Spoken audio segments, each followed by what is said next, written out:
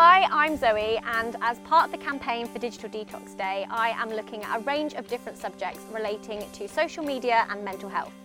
Today we're going to start off by talking about human connection and how we can often feel quite lonely despite having hundreds, if not thousands, of friends online.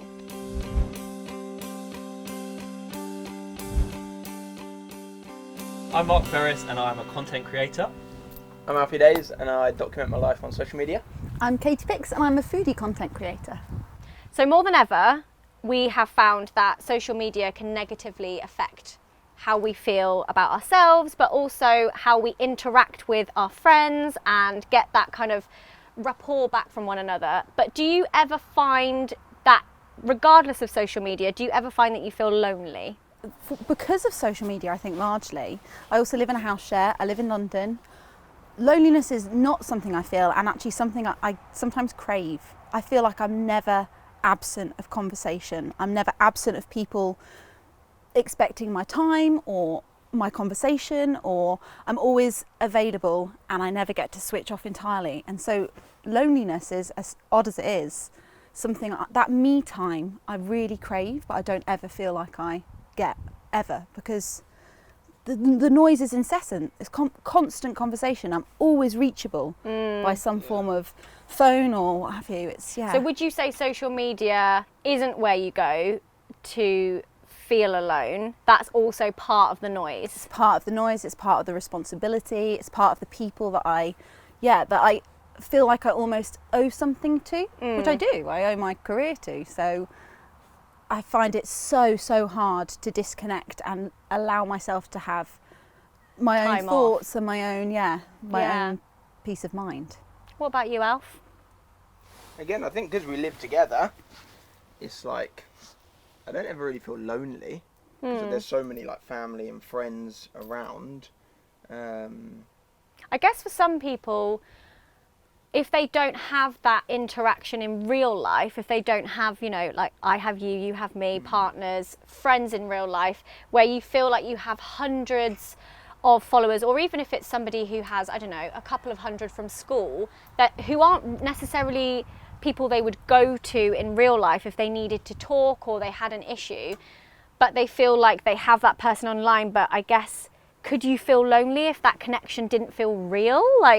I don't think it's deep enough online to get rid of the loneliness. I feel like if my friends were online, for me personally, I don't think it would be a deep enough connection, and the talking topics online wouldn't be deep enough to be substantial enough. Do you know what I mean? What do you think? Do you ever feel lonely? Yeah, I do, because I feel like out of us three, I'm like on my own, single, in my flat, which is fine. Obviously, I do turn to social media and my phone as a way of like being in touch with people, reconnecting. So I find that I'm more connecting to social media rather than disconnecting, unless obviously something's happened that day. But yeah, for me there was a stage where I was like so lonely. Like I was like always texting my friends, especially with what we do. It's not a normal 9 to 5, is it? So if my friends who are also on social media don't live that close to me, I felt like I was very much isolated, because my other friends had 9 to 5s. So they couldn't really text during the day, or they couldn't meet up for like a lunch drink or lunch. So yeah, there was a point, but I feel like recently I have definitely gotten back into falling in love with my own company, which is nice. If you're feeling lonely, what makes you feel less lonely? Being able to meet up with a friend in real life, or being able to, I don't know, contact multiple different friends all in a day on your social media? I'd say both. Yeah. I was like happy with anything for a while, yeah. That's why I'd always go around to my parents, because I knew they would be at home and see my dog.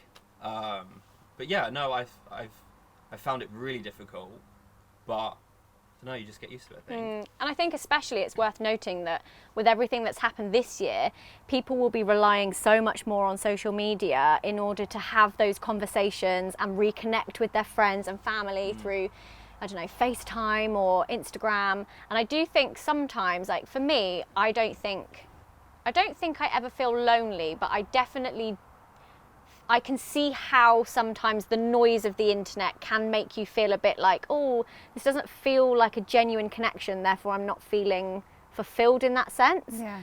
But also that thing of checking in with what your friends are doing via looking at their stories, which actually that isn't that interaction that you would get if you met up with your friend in Sort of real two-way life. street. Yeah, you're kind of assuming you know what they're up to or how they're feeling, but you haven't actually had that interaction, which I guess makes so much difference. It's a bit like when I first got a phone, 3310 back in the day. Oh, I love that. Bit of Snake. And texting, I've never been good at texting because I've never been good at the, hey, how are you? Yeah, I'm good. Where are you going? I'm not good at the chit chat. Even when I talk to people now, I'll send you a video message. That works well for us. We do that. That's like, I like to see someone's face. I like to see the person I'm talking to. I like to know that for me, it is that human interaction, but there is that meaning to it in that you're not just having a conversation about. It's not the weather's surface nice. level. Like, if I'm going to have a chat with someone, if I'm going to invest in that time with someone, as intense as it sounds, I want to actually hear about their day and them to, vice versa. And I don't feel like I get that through social media as such because it's so quick and it's so short Instant, and brief. And yeah. What do you think you can get out of having those real kind of in-person close friends that you wouldn't get if you were online? I feel like as well, when you're having a conversation with someone, you can understand their tones and what they mean and what they're trying to get across. Like sometimes I read like a text and I'm like, oh, What's their is problem? this like passive aggressive or like Yeah, am I it's taking true. it the wrong way? And like there was quite a few times over lockdown when I did that, I was just like, oh, but you can't tell. Like if I was to ring up one of my friends and we had the exact same conversation, I would have taken something completely the right way. Yeah, it's almost like it's on a slightly deeper level almost. definitely. Like you're able to have that connection face to face and you can read their body language and you probably feel more comfortable to talk about things in that setting as opposed to a back and forth in a text message. Yeah. But I don't know, that's just me. Do you ever find yourself comparing or despairing at how other people are living their lives on social media? So watching somebody else living their life, having fun, what are you laughing at? Do you ever find yourself comparing yourself or feeling any sort of negative emotion when you look at anybody else living their life online? If their life looks perfect, they're out on holiday, how do you combat those feelings? Because I would say most people probably do that. Surely, if everyone's everyone. honest, you have. And it must be so dependent on your mood and how you're feeling Yeah. as well. Because if you're having a really low self-esteem day and somebody's looking amazing online and you're like, oh, my hair doesn't look like that, or, Like sometimes when I watch those TikToks of people like shoot a video of you just waking up and they look perfect, and then there's me like with one eye shut, like on my hair. But like you said, people are going to put out their highlight reels. Like there's a certain difference between us who put out sometimes the bad things as well. But yeah, you can't help it, can you? Human nature. You look at things and be like, oh, why don't I have a six pack, or should I be out for a run, or should I be eating more healthy? I always take it as inspiration and not like from a jealousy point. If I need to make them changes, I will, but not from a place of like, I'm not that great. Do you know what I mean? Yeah. So if there's somebody that you're following and you're like, I just find myself comparing every time I see this person, like what do? Do you just take yourself away and you're like, this is just how I'm feeling today? Would you unfollow that person? Yeah, Mute and mute. move on. Keep the support there, keep the follow, but mute and just. It just depends on the Yeah, friend. I would, because it's just it just tends to be that you're probably just having a bit of a bad day, Yeah. and it's an odd one because when it's your job, I find myself not necessarily comparing in terms of, oh, doesn't their life look magical, but just more like, oh my god, that person is so productive and how are they getting so much out there, and oh my god, I'm sat here just eating Cheerios from the box and like I'm not doing anything. That's the dream. Content foodie here, content foodie. That's my kind of comparison, and I just think on days like that, I'm just like, I'm just gonna just quiet you for a second. I'll come back to you tomorrow. Yeah. But That's why. Do not wake up and check social media. No. No, do it at lunchtime or something. When you've already started your day. Yeah, because the other day I woke up and I checked social media and I saw something. I was just like, in a bad mood all day. But no, I think it's really important just to add it into your day rather than consume it all day, which I was a massive. All consumer. Do you ever find yourself comparing yourself to anybody? I don't think I've ever asked you this question. imagine you. Ooh. I don't think I do, I think I'm just, I don't know. I'm very aware that because I filmed every day of my life for 4.5 years, so I put out like a 20-minute video of a 24-hour day. And I always try to remind people, like, you're just seeing what I want to show you, you're just seeing what I want to show you. So I'm like super aware that anything I see is not the reality. It's like color graded, it's edited down, it could have been shot 2 months ago. Like nothing is fully as it seems. So I'm always very like aware that not only that's the case, but also those people that you're looking at and thinking, oh my gosh, I wish my body was like his. He's also looking at somebody else and being like, oh my gosh, I wish my body was like his. Yeah. So it's like, It's a vicious circle, really, because you can't win. Yeah. It's good to be inspired by stuff online, for sure. You're in your own race. You're like, so everybody's Isn't he? got their own thing going on. Yeah, it's so true. Do you ever find yourself out with friends and everyone is on their phone? Not even friends, family. I literally sat around, honestly, I was telling a story the other day with my family, my brother, my sister-in-law, my mum and my dad. I'm shaming them all now. And we sat around and I was telling a story, and one at a time, they each picked up their phone. And it got to a point where I literally went, I'm sorry, is this a really boring story? Because they'd all picked up their phones. I think it's the default. Like, I remember as kids, I'm making myself feel really old here, but as kids, because you had Snake and that was about all your phone could do, it was never the thing that occupied you. If you went to the loo, you just went to the loo. If you were walking to the shops, you just walked to the shops. Whereas it is literally the tool you use to fill in any blank moment of space. Yeah. And so I think even now, like I'm looking at my parents' generation and seeing that they're picking up the habits too, where, okay, so we're just kind of sitting around having a drink, no one's really engaging, so out comes the phone. It's sort of overlapping now, isn't it? Where you'd fill a gap where everyone was like, oh, we're just waiting for 10 minutes and get their phones out. It's overlapping into, I don't know, now we're all talking, you can put the phone down. Yeah. It's like an extension of our hand almost. It's always there, which is quite worrying. I'm so bad at it. My friends are great. Like, my friends that are not on YouTube, I'm the only one that ever goes on their phone. Really? And they have such a go at me, but I understand it, but I'm always like, oh, it's my job. And they're like, oh, the social media guys. Yeah. But yeah, it does make you more aware when you're being told like you're on your phone a lot. I'm like, oh no, I don't want to. Do you not play the game where you put them all in the middle? Yeah, that's what we or whoever do. touches it pays the bill. Yeah. I love that. It's always me. Do you ever find you're doing that thing where you're with your friends, I guess you've just said you do, but someone's talking and you're half listening, half on your phone, and then afterwards you're like, I don't really feel like I actually had that conversation, and that's so bad. Like you're kind of half there, half not, which also means you're not having that really deep, like meaningful conversation in the first place. You're not like really listening. Yeah, You're kind of half listening. Yeah, I think it depends on the combo. Like, if my friend was crying, Yeah, I'm you're not sit gonna- there, but like, sorry, hold up. Let me just finish this. But yeah, sometimes when people are just chatting stuff, especially when they're a little bit tipsy. Yeah. But yeah, I feel like if it's deep chats, I would never. I think it's that overlap though, because most of the time, so many conversations spring from social media now as well. Because you'll be sat there true. going, oh, I saw this thing the other day, let me show you. yeah. And then you start looking at it, and then it's just in your hands, so you just And you carry go on to an going. hour Yeah. just looking at your phone. Do you reckon if you have the thing on your phone where like it The limits you? lock. Yeah. it I locks like it. that my phone just, I've got an Apple Watch as well that just shames me every now and then, and it's like, you've spent 2 hours on your phone today, and I'm like, But you're really good at having like weekends yeah. away from social. Well, but for that reason exactly, Yeah. because it got to the Fully point off for where the weekend. I switch off. She's yeah, already a most weekends. detoxer pro. Most This is going to weekends be I'll just put easy it for away. you. But it's because it got to that point where the noise was just incessant, and I felt it. I had this huge guilt responsibility with my friends and family because I'm terrible. I'm terrible. You guys know I'm terrible. She is terrible. Yeah. I'm terrible at replying. communicating and replying. No, you've actually been way better, I think. Now I've got the video Yeah. thing. That's what I do. But I'm terrible at replying, so I carry this guilt of like, oh, okay, I've got to respond to them and them and then. I always say I'm a bit like a cleaner with a dirty home. So actually, I spend all my day on my phone. The last thing I want to do is chat to my friends via my phone again. It's I true. don't want it.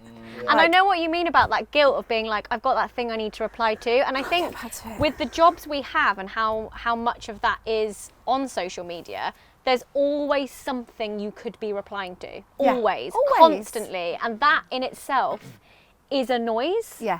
Because you know you could go on your phone and there'll be a new email or a new DM or somebody asking you something in a comment and you're like, so it's about, I guess, working out boundaries, Yeah. setting yourself the detox weekends Yeah. or digital detox day, and fab. giving yourself some calm. Yeah. I was saying that exactly earlier, wasn't I? When my phone broke for like 3 days during lockdown, I was devastated. But when I got it back, I'd missed nothing. Nothing happened. It's the idea of like missing out, obviously the FOMO thing. Yeah. But when I got the phone back, I was like, no one's doing anything. Also, everything is so instant now. Yeah. And I think even when we had the Nokia 3310s, you would send a text which would have taken you ages to write anyway, because you wouldn't want to go above the character limit into your second Absolutely. temp. You don't want to, exactly. No. So you would spend so long writing it out, then you would send it, and you would never expect an instant reply. Yeah. Or someone would ring you and they'd leave a voicemail. Yeah. Like, nothing was as instant. And now I think everything is so just immediately there. Yeah. Oh my Which gosh, is completely. something so different than any of us are used to. Which I suppose, in terms of loneliness as well, and like human connection, for somebody who might not have a lot of friends in real life and they find that comfort in social media, do you think deep, real connections can be made online, just online? Definitely. Yeah, Definitely. I think so. Because I know people who are, socially very uncomfortable, and it is that safe space. You know, it's the great thing and the scary thing about social media is that you can be a bit nameless on there. You can have a confidence that you wouldn't have in real life. But for some people, that's a huge blessing. Yeah. You're able to be able to put yourself out there with less fear of repercussion than if you were in real life. And so people do connect, and they do. Like even if you scale it to the other side and you go, the number of people who I've been to weddings of who met on Tinder, they met chatting on a digital platform. Obviously they moved their connection into more when they met in real life, but you can absolutely light a spark online for sure. I think it's definitely one of the more positive aspects of social media, and how using it right and like gaining that kind of friendship and community aspect of it is for me one of the many positives. But again, it's at a certain point where it's useful, and then if it's too much, if you were having these connections with, I don't know, 30 people, that would just be so all-consuming, and you'd be like, oh my god. Why do you think it is harder to make new friends as you get older? Or do you think it is? Oh, I find it easier. Do you? Because I'm a lot more confident now. Yeah, I That- suppose. But I'm happy with the friends I have. Like, I'm not looking to make new friends. But if I was to get on really well with someone, I could be like, yeah, let's be friends. But when I was younger, that would be not me. I would be so shy. I'd need everyone to take the first step. But yeah, I find it quite easier now. Like, I'm obviously not making friends every day. But You probably are. probably are. Chat to anyone. But yeah, like I do find it. That's come with confidence as well. But yeah, I find it easier as I've gotten older, for sure. I find it easy in this job.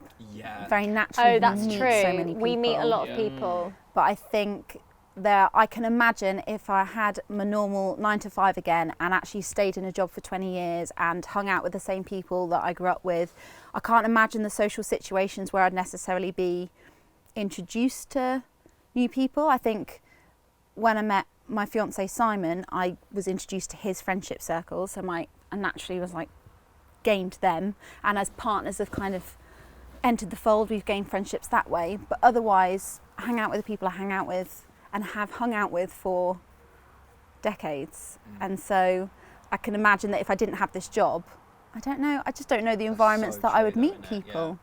Whereas, I'm constantly meeting new people, constantly talking to new crowds. It's lovely. You love speaking to new people. I Alfie love strikes up people. conversations with everybody. Yeah, I'll be it's walking bad. off and I'll be like, where has he gone? Oh, Just he's... in the coffee shop, just just chatting. chatting. I was making my coffee for 10 minutes. But I am different to you in that Yeah. aspect, I think. But I think the main thing with online and making friends is, I've always found that if you've got like quite unique interests or hobbies or things that you like in life, you may not, like the likelihood of finding somebody else in your classroom or your school that has those might be slim if it's really unique. Say for example, if you're into, I don't know, collecting trains, that's quite unique. You go online and there's thousands and thousands of people that do that, and you can find and then bring that relationship to real life if you want to, people that are really similar to yourself. So I massively think online's like really beneficial for making friends for people that have either difficulties making friends or niche interests that maybe not people in the local area also are interested in. What about if somebody didn't want to make a friend online? Maybe they weren't really into being online or wouldn't know where to start, what would you say would be the best way to make a friend in real life? Walk into someone on purpose on the street and be like, oh, sorry, how should they go? No, I'm joking. That's how I want to love my life. Yeah, I was going to say, sounds like how Mark wants to meet the love. Bag, Yeah. sound really attractive, and be like, oh, take that for me. So obviously due to coronavirus this year and people spending a lot more time on their phones, FaceTiming, doing meetings online, not even being able to leave the house, how has that affected you guys? I was like, oh gosh, actually, if I can't make all of those events or see all those people in a week or speak to it kind of alleviated some of the stress of that. But then equally, it made me really crave even more so that face-to-face. I mean, I crave that more than anything anyway. I don't, as I say, I don't like sitting on my phone and texting people. I want to see a face. But then I went into the Zoom part of lockdown and got to the point where I was like, okay, The quizzes? I've done enough. I've seen your face every night this week. If I have one more EastEnders question, I'm going to flip out. So yeah, I think it was, yeah, I don't really know how to answer that, because I think my mentality and feeling towards it roller coastered like it did with the whole experience. Like sometimes I missed people immensely, sometimes I was very grateful for the space, sometimes I just wanted to see people, sometimes I wanted people to shut up. Bit of a convoluted answer that one. No, it's great. I think it brought a lot of awareness for me of like who my close friends are, who I did end up speaking to more, who both myself and friends made an effort to speak to each other, how I still spent time via Zoom and stuff like that with different friends, and just made me start weird hobbies like gardening. Like doing a veg patch. I love that. How is it? It's alright. Hey? It's good. Can't wait to see it. I think my group became a lot closer because I didn't realise how little we spoke. We'd literally have Monday to Thursday not speaking in the group chat. Text on Thursday, be like, where we going Friday or Saturday? See each other, and then repeat. But during Corona, we were speaking every single day, and I got to know sides of them, bits about them that I didn't really know, which was quite bad because I'd known them for years. So that really helped us come together like that. But then sometimes I was just like, with our jobs, it was very busy up until what happened. And there was points last year where I was completely wiped out by going to events and then this and then that, like travelling everywhere.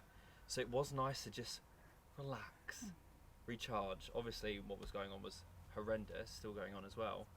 But it was a nice time for me to reflect about what's important, who I love, who I'm going to reach out to. But like you said, it was very eye-opening as well for certain things. Did you find that you were having to like restrict how much time you were spending on your phone more so because you were using it for everything? Yeah. For sure. I did, because my partner's not online in any way. Does he I have think social media? no, doesn't have any, and Well, what does he so do though? What does he fill his time No, with? but as in, like, yeah, if you were like meeting him somewhere, like at a restaurant, and You you still were text. 20 minutes texting late, cool, but yeah, no he's just social media. texting everyone for 20 minutes, or is he just sitting there like? Oh, he enjoying? plays like he's got like a golf game or a car game. He plays games on his phone. That's Like so he just cool. doesn't have any social media at all. Yeah, he has. I think he technically has a Facebook page, but I'm pretty sure his profile picture's still the one when I started dating him, which was like 8 years ago. So yeah, no, he doesn't have any social media. So actually, We should have had him really here. been like, yeah, I don't know what you're talking about. Yeah, no social media. That's probably why he's an extremely happy person, bless him. But no, but because he doesn't have any social media, and because my job is all on my phone, it was having to create those boundaries even more so, that actually when I was at work and I was at work, and like, because he's very much like, if we're watching a film together, put your phone away. If we are having dinner together, put your phone away, which I am all for. And I But suppose he suddenly- notices it more because he's not doing it. Oh, completely.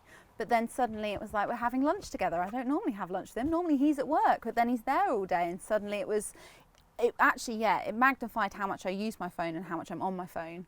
And yeah, kind of probably reinforced that need to just keep putting it away as much as I possibly could. And half the reason why I brought in the kind of detox weekends, just so that actually when I was spending time with him, it made that a thing? Because we were in each other's pockets for the whole of lockdown. It's wonderful, but we never not saw each other. We never didn't see each other. So actually, those moments that the phone went away and it was just me and him, it suddenly was like, oh, hello, oh, this is nice. Date night or what have you. And yeah, it's funny, especially, being with someone who... Sorry, this guy. Being with someone who isn't on social media, it's, magnifies my use of it tenfold. I think I found the whole having to use my phone for pretty much everything during lockdown. At first, like you said, I still felt like I was getting those connections with people. I was definitely using my phone way more. I was definitely looking through social media more. I think I wanted to see more what everyone else was doing. Yeah. I was very like, oh, how's this person spending their lockdown? How's this person spending theirs? What are they making? What are they cooking? And I was very fixated on other people because I think in that situation, it kind of magnified not being able to go out and see other people. So you almost wanted to remind yourself other people were still existing and living their lives. So I definitely found myself scrolling a lot more, and I do think a lot of it was really wholesome and lovely. Like we had FaceTime breakfasts with the family, or like got dressed up for like a video call dinner. All bought the same ingredients. Yeah, we cooked all the bought same meal but separately. And we were definitely much more creative with the ideas and how to feel like we were still getting that human connection even though we weren't. And then I think I reached a point where I was like, this is a lot, because you are, and I feel like there's a statistic and I don't know it, but I know that there was a point in lockdown where a lot of people were so drained because that energy you're using on a video call is so much more heightened than if you're actually with someone in real life. Yeah. So when you're doing back-to-back meetings on video calls and you are FaceTiming here and I don't know, voice noting there, I actually don't think I did a lot of just simple text messaging. Everything was so intense that it is more intense. You are having to read people's body language more. You are having to concentrate more. Whereas to sit here now, we can be quite relaxed. We can lean back. We can get distracted by something. But when you're there in that meeting and you're there to do it, and it's so, I don't know, concentrated. Yeah. I feel like a lot of people reached that point in lockdown where it was like, I need to just shut my laptop and put my phone away. I hated it towards the end. Did you? Like the Zoom bingos, like love it first couple of months. But by I the wonder end if there's of it- still anyone doing a pub quiz right now. Probably. Yeah, maybe. An online but one? Not for me. It drained me. Because like sometimes you can just tell when someone's going to speak, but I just found like speaking at the same time, there's always technical issues, and I was just like, nah. Yeah, that is one thing actually, was Yeah. the whole like, should I speak now? Oh, no. Yeah. No. And then someone's mic wouldn't work, and you'd be speaking over like, oh, like we can't hear you, like, nah, just text me. Yeah, exactly. So, are you guys looking forward to Digital Detox Day? What does it mean for you to have a day off all social media? I think for me, I'm just looking forward to just disconnecting from the day and just like taking time to recharge. Might have a pamper day, have a bath. Nice. It's my nephew's birthday. So it's Aw. one of those things, because even though I try to give myself weekends off, I still get the guilt so badly. Like I'll still just be like, oh God, come Monday I'm going to have 6 hours of messages, whatever. So it's that, for me, it will be that mental excuse of being like, everyone else is offline as well. Okay, don't worry, I don't have to worry about it. I can be completely there with my family, celebrating brilliant Jude, and I think I'll just be in the moment, which Are you I'm so very excited? rarely. I'm Yes. really Yeah. excited Really about I'm always it. excited these days just to come offline for a bit. Yeah. Just do what I enjoy doing. I think I'll really enjoy it. I think in my head I'm like, already think I'll be... It's weird because I'm thinking of it now and I'm like, oh, I'm going to get up slightly earlier and like go to the beach or make a coffee, maybe make it down on the beach. And then I'm like, I could do that another day as well. I feel like I'm going to do it on the day and then realise how much I enjoy it and that I can implement that at other times as well when I want, or for a morning, or I'm not going to go on social media in the evenings anymore. Or I remember one of our friends was saying that they don't use any like electrical things in the bedroom, so it's like no phones, no laptops, nothing. And I was like, what? But I feel like doing maybe the day could easily bring something like that more longer term. Yeah. Do you think it will encourage you to put more days in? The other night I had the best night ever. All I did was have 3 glasses of red wine, watch the film, put my phone over there, and I didn't touch it once. And I really enjoyed it because I actually understood what was going on in the film. I paid attention to it, and I didn't have to rewind it, because you could be sitting there watching a film and like on your phone and not paying attention to it. But Yeah, it's so true. yeah, and I struggle sometimes understanding things. It's because I'm on my phone and like need to catch up on stuff. But yeah, I'm definitely one for cutting the phone out for a few hours a day. So thank you so much, guys. I'm really excited to see what you get up to on Digital Detox Day. And for any of you that are going to get involved, please do go offline with us on the 5th of September. And if you want any more relevant information, make sure to follow at IAMWHOLE UK. Well done, guys. Join us on the 5th of September and post a picture letting everyone know you're off.